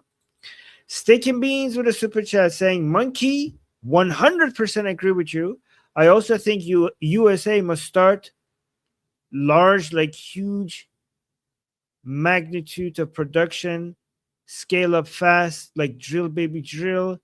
So the defense's productions. Okay, so Steak and Beans agrees. So with mass production, okay, thank you. And drilling, mass production, I think, of missile interceptors. I think that's what he meant. Steak and Beans with another super chat saying, love that language. The Persian language. Love that language. I can listen to Potipto and Armin talking in Farsi for eternity. Oh, thank you. Love you, Potipto. Keep safe. And heart, and the Javicha and crown emojis. Thank you, Steak and Beans. Bo Charles with the jewels. Thank you so much for the jewels. Kevin with the membership gift. Thank you so much for the membership gift. Ida renewing her membership, I think. Thank you so much, Ida, for being a member. And 2 more. Steak and Bean saying, me too. Love you, Iranians. I have so much adoration and appreciation to the Iranian people for backing us Israelis despite all the danger doing so. Oh, thank you. Steak and Beans. Appreciate that. And then Steak and Beans with 20 membership gifts. Thank you so much for the support. Thank you. All right. That was all of them. That was a lot of support. Wow. You guys are amazing. Thank you. All right. Next topic is from Noah. It's Ceuta aftermath. Oh, yeah, Spain. So, guys, this is regarding to Moroccan massive ground invasion, migration of the Spanish territory on the Moroccan side. So this is in regards to that. So go on, Noah.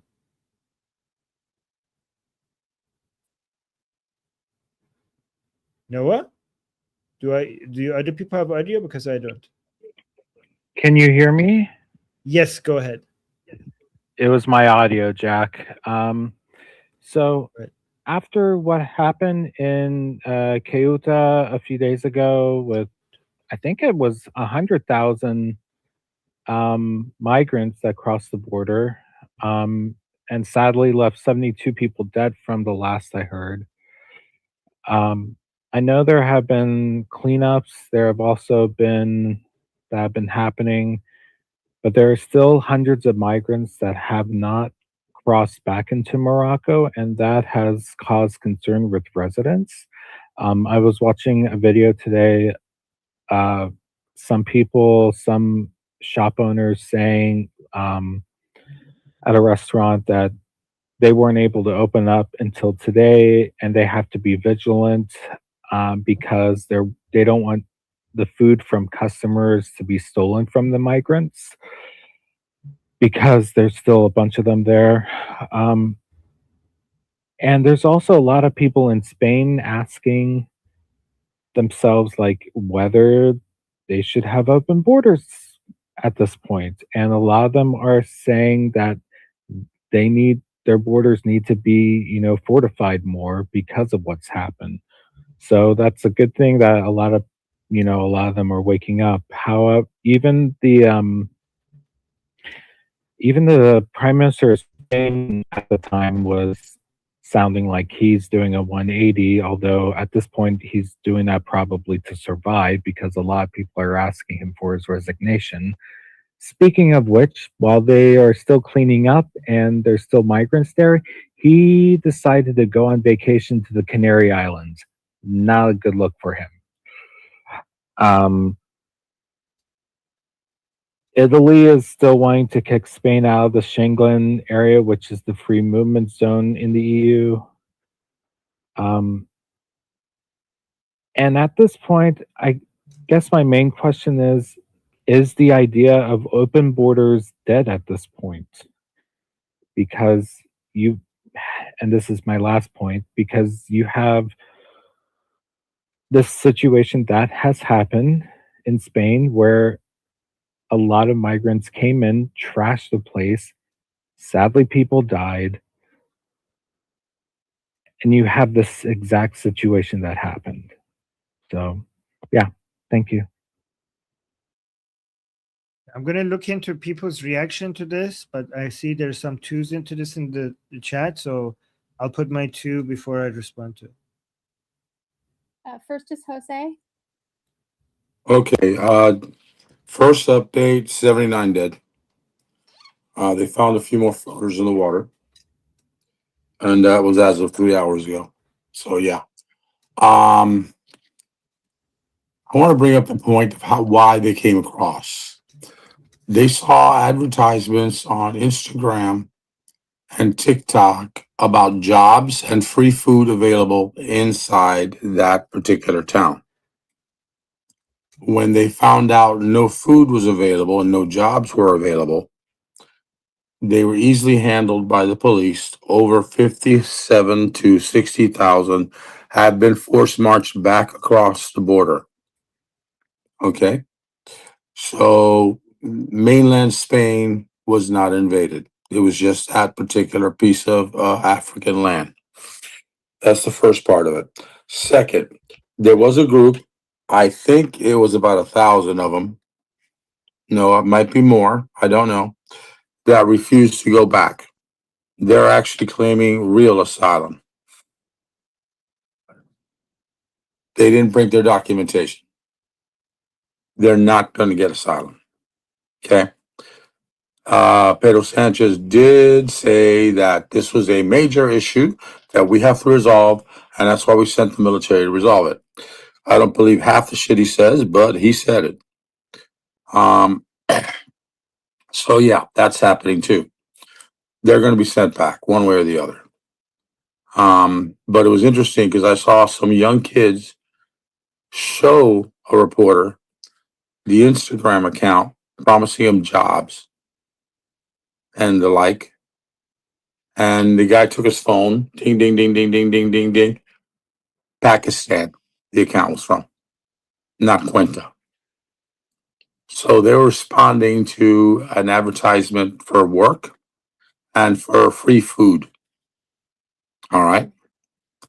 And once they found out neither was available, they had no problem going back. Also, probably seeing the fact that there was guys armed, soldiers, fully armed army, and then the Guardia Civil, the green-clad police, telling them about face walk, and they walked. And there were a few that tried to sneak away, and they found out that that was stupid real quick. I've seen the videos. I've posted a couple on the group chat, the group links on to this forum, so you can see. And they took them out in 3 waves to get them out. But yeah, so Spain was invaded. Mainland Spain was not invaded. It's apparently the number is more realistic at 600,000, that's 60,000, not the 1.5 million that was claimed by 3 different news sources in Europe, which would have overrun that island completely where nobody would be able to take a step. That particular city. Okay. And something about the way the generals were talking to Sanchez. He never got to that city. He was in south of Spain, but they were able to monitor all the cameras around where the influx of the people coming around came in. And amazingly, Sanchez says, "How come it was that simple? How come it was that simple?" And yeah, now these guys got their jobs secure because they let the ball. They gave up the ball. You know, an on goal. So we'll see what happens.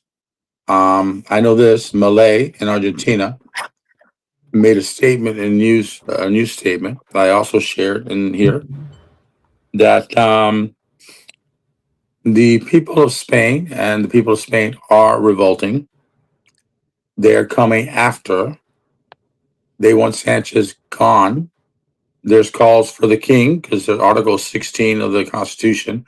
The king has the authority to dismiss the president and call for new elections. They're calling for that.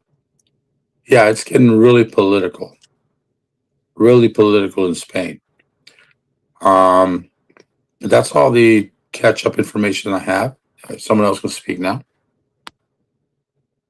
That was amazing, Jose. Monkey, you're next. All right, Armin, I sent you an image. I've seen this widely spread. I saw this on Aspen Go too. This is the Moroccan police and the Moroccan military. They've been also sent to the border to deal with this because they don't want to be under sanctions and trouble. So they're like, whoa, whoa, whoa, whoa, whoa, whoa, whoa. And they sent a whole bunch of people over there. And you know what? The Moroccan police are a lot harder on the Moroccans than the Spanish police.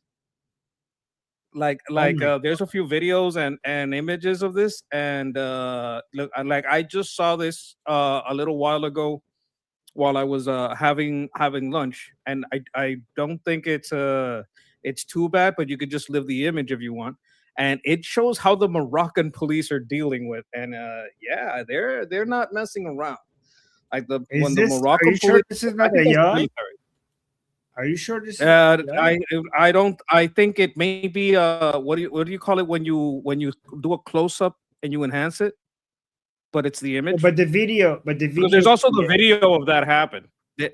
There's a video next to it so you can see it happening. But there's this was Asmongo reviewed it all, had his mods check it, and it's and I'm not saying this is confirmed, but it is like widely stated. Yeah, the Moroccan police are over there. The Moroccan, I think it's the military is also over there, and they're trying to also deal with the situation on their side. So if things are happening, this is like basically breaking news.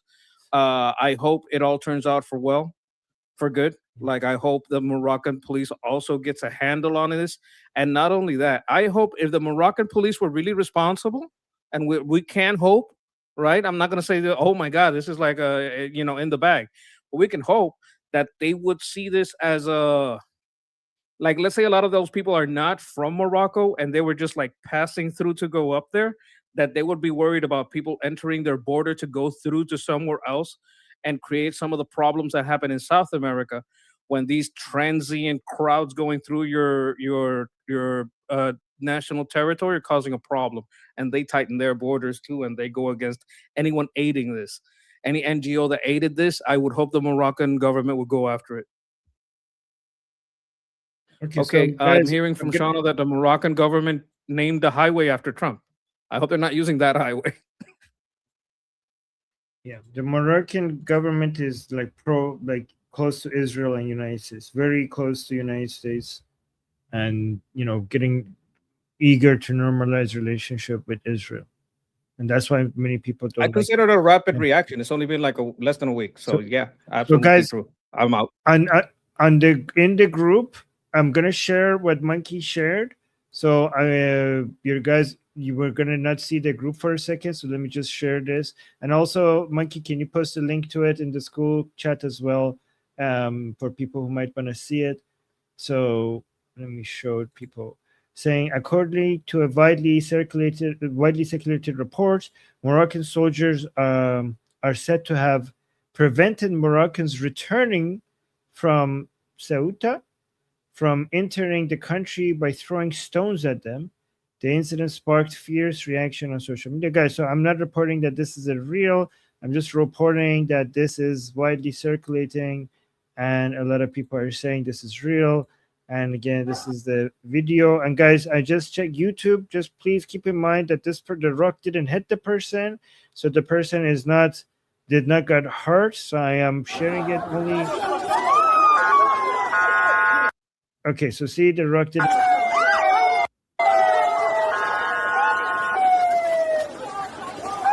Okay. So I shared that, but the rock YouTube don't strike me down. The rock didn't hit the man. So okay, we're back into the group.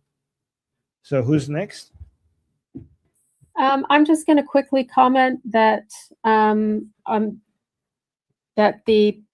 don't think it's an accident that the Pact on Migration and Asylum in the European Union passed in June 2026. It basically means that every country in the EU needs to take migrants, and if they don't, they have to pay massive fines. So that alone is either going to force Spain to reverse their policy, throw out Pedro Sanchez, or they're going to throw them out of the EU. That one or the other, because there's no way all these countries are going to be like, yeah, we're going to take those people. There's no way. That's not going to happen. No one's that crazy. And I also do think that it means that, hey, let's not have borders. That everyone is clearly seeing what that means now. And the DSA in the US, they should have that rammed right into their face. Armin, you're next. All right, so I just looked up the numbers, and I think like numbers are encouraging, which is why people should not be anti-Spain. These are the numbers that shows that like do not be anti-Spain. You could be anti the government, but don't be anti-Spain. I mean, I'll read it to you guys. So you tell me what you think. Right-wing parties and patriots reacted with the intense anger to this event, demanding military border deployment and total deportations in Spain. Polls in mid-2026 showed the right-wing bloc holds roughly 51% voter support.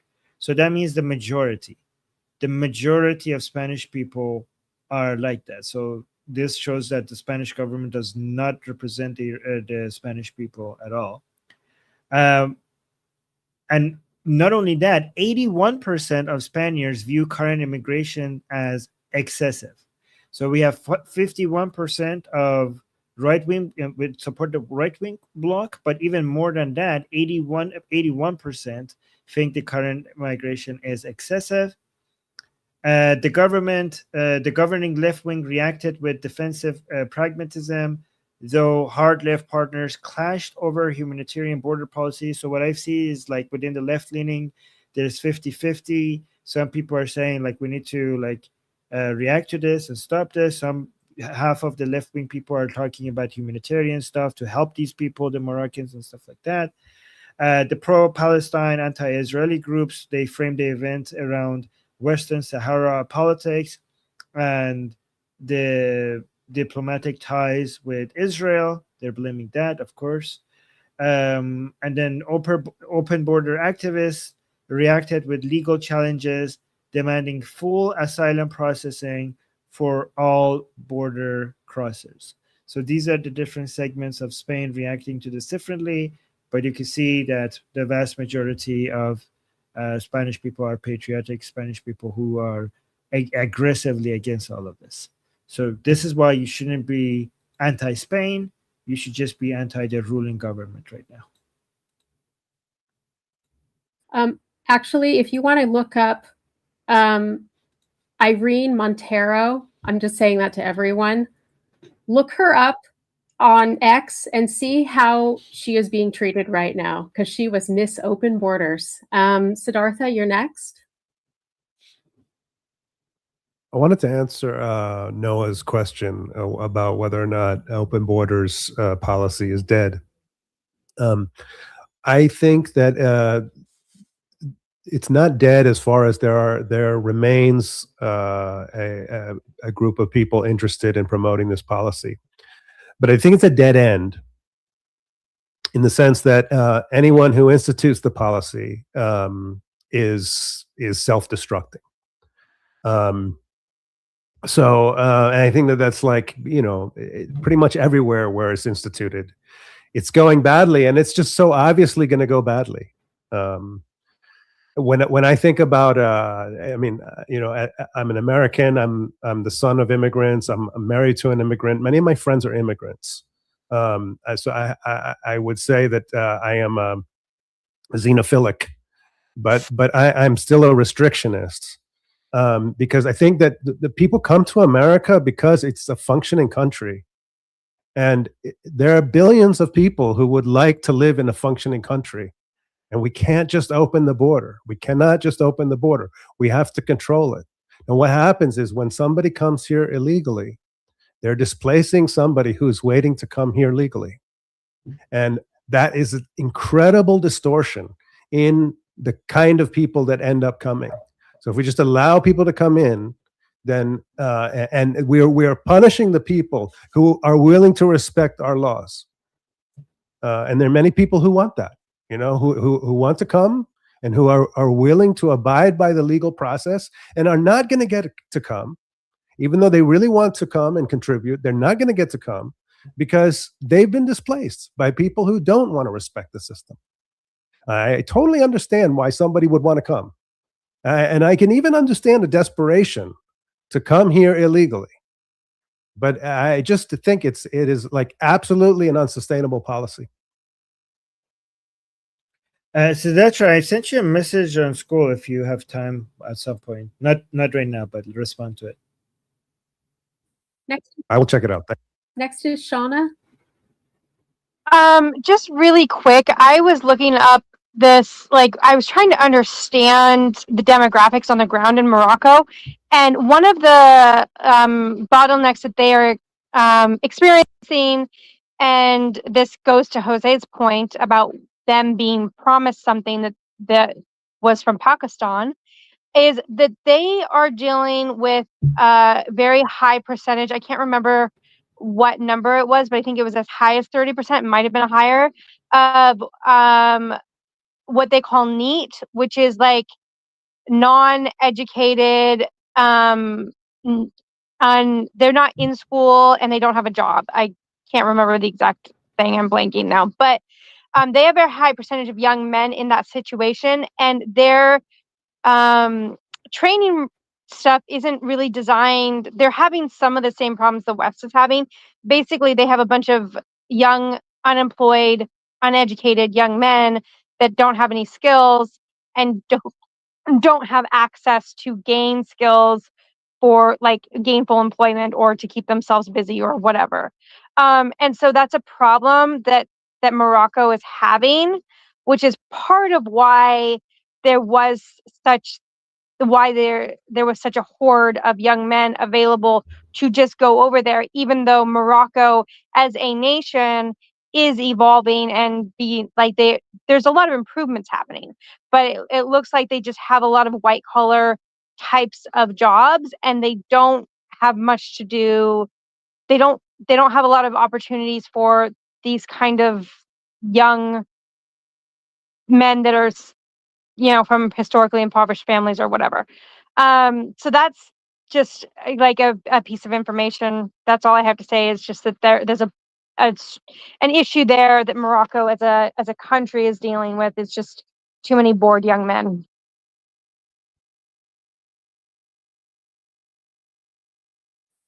Right, you have 2 super chats. Yes, I was in the process of getting information regarding one of them. Let me just quickly do that and to see if I could get, okay. So, all right. So the first one, which is from Stick and Beans, saying Morocco is not a country. with hunger or is poor. So I don't know if I read that right, but I think okay.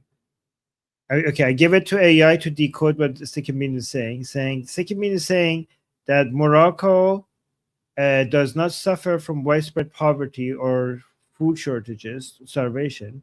They are defending. Oh, okay. So Morocco is okay. So let me read now. I read that right. I think okay. Morocco is not a country with hunger or is poor. Okay. So yeah, Morocco is. I don't know if that's true though. I do think that is it. Is that true? Let me see.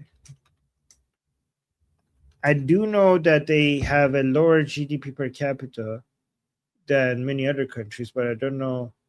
It's mostly true regarding hunger, but more nuanced when it comes to poverty. Hunger is true. According to the Global Hunger Index, Morocco has a low hunger level, with severe hunger and starvation being extremely rare. Okay, that's true. Poverty, that's more mixed. Extreme poverty is very low at under 1%. However, Morocco is still a lower middle income country, and economic vulnerability, youth unemployment, and regional income inequality remain noticeable challenges. Okay, so yes, true about hunger. Poverty is more nuanced. Thank you, Second Beans. And then we have Redneck Jeep with a super chat saying Trump is compromised by his $3 billion resort development deal with Qatar, and Saudi also never should have accepted the plane, the Qatari plane.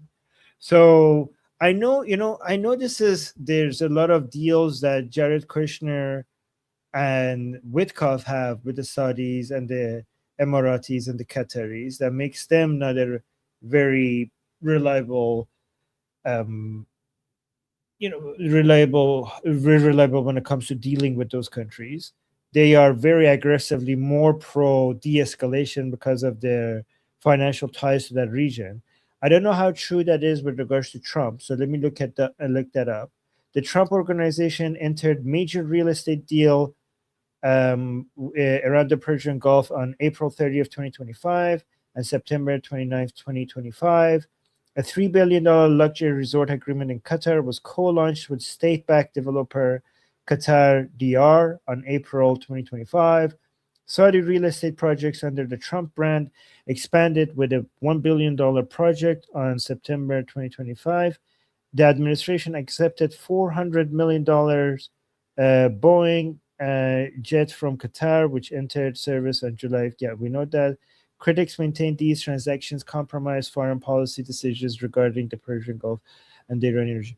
Okay, so as a percentage of Trump's wealth, I don't know how big of a deal this is. I know it is a big deal for Witkoff and Jared Kushner, but I think if you want to criticize Trump's financials, I think he's getting a lot more wealthy with his crypto deals, a lot more than these.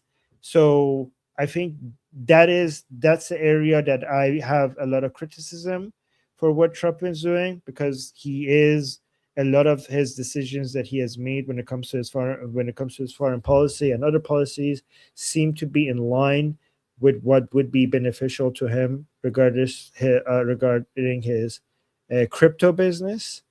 I don't know how influential this is, because a $3 billion resort doesn't, like, the profit from that is not $3 billion, obviously, like it's going to be a fraction of that. But if you look at how much he's making from his crypto business, that is so much more. So this might be influential for sure, but as a percentage of his wealth, I don't know how big of a deal that is. And thank you, Redneck Jeep. And then we got another super chat by Sticking Bean saying, why invest in education if getting a job depends on who's your daddy, or who's your uncle? Well, it depends on what type of education you mean, because, well, again, I'm not going to get into that, but I don't know what this is even referring to. But nepotism sucks. Monkey is saying nepotism sucks. But guys, regarding, even if you live in a society where there's a lot of nepotism, getting the right type of information, which is an education that might not even be offered in school, it might be an education that you need to go get yourself. Getting the right information will always give you a lot of leverage. even in a society with a lot of nepotism. But also, it's also true that education, the education that is being offered right now in school and universities is probably not the right type of education you need. But anyways, gonna not get into that. All right, guys, this was a very, very Armin? interesting. Yes, go on. Monkey just wanted to say something really quick. Okay. Yes, super quick correction. One more thing.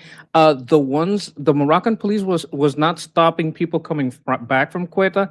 I have or Sueta. I have like 8 sources that say no, they were stopping people from going into Quetta. They bust people away from Quetta, and the water cannon videos. That's Moroccan police trying to get the people to stop going to Quetta. So the Moroccans are kind of helping out with the thing. The police. That the tweet was inaccurate. The images were good. Tweet back. I apologize for the words on the tweet. No. Thank you so much for the correction, Monkey. That was the right thing. Thank you so much for being so eager to correct any misinformation. That's very good. We got another super chat by Sticking Bean saying mostly how it works in the Arab Muslim world, rarely on merit. Yes, it's merits. It's not a meritocracy in the Islamic or the Arab world. However, if you are somebody who's living in an Islamic country or an Arab country, the whole world is connected now, and there's a lot of jobs available online, and online is based on merit. So just because your local society is not based on merit, you still will be able to get ahead if you educate yourself in the right way, because there's so much of your geography doesn't limit your higher ability anymore. The whole world is connected. So still go get the right information and the right leverage to grow. So don't just give up on educating yourself just because your geography doesn't reward merit. Don't say like, okay, so I should give up on education because of that. There's a lot of jobs available now globally beyond your borders. Okay, so that was that. Thank you, guys. Thank you for everyone's contribution. A special thanks to Danny and Nail Bunny for modding. Thank you, guys. I appreciate you. Hey. Love you guys. Also, And check WhatsApp if you can. check WhatsApp. Thank you. I will.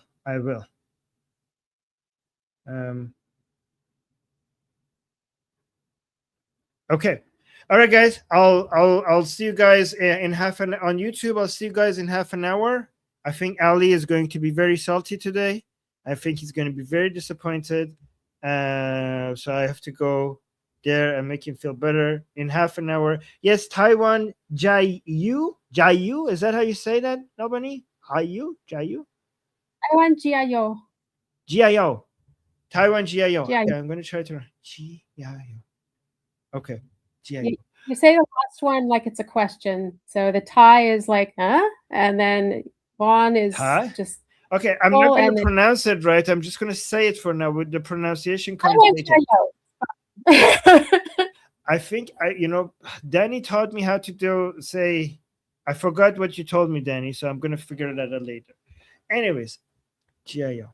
All right, guys. I'll see you guys, people in the group, same time tomorrow. Danny, send me the recording for how to say Slava Ukrainian. Nail Bunny, please send me the Taiwan Jiayo again one more time. I will try to get that in. And people on YouTube, I'll see you guys in half an hour. So make sure you're subscribed and hit the bell notification so you don't miss the next segment that we have regarding the updates in Iran and around the Middle East. And let me scroll up so I can see this Taiwan Jiayo. All right, guys. Until next time. I'm Israel Chai, Slava Ukrainian, Cuba Libre, Long Live America, Taiwan Jiayo, Javicha Payande Iran. Mwah.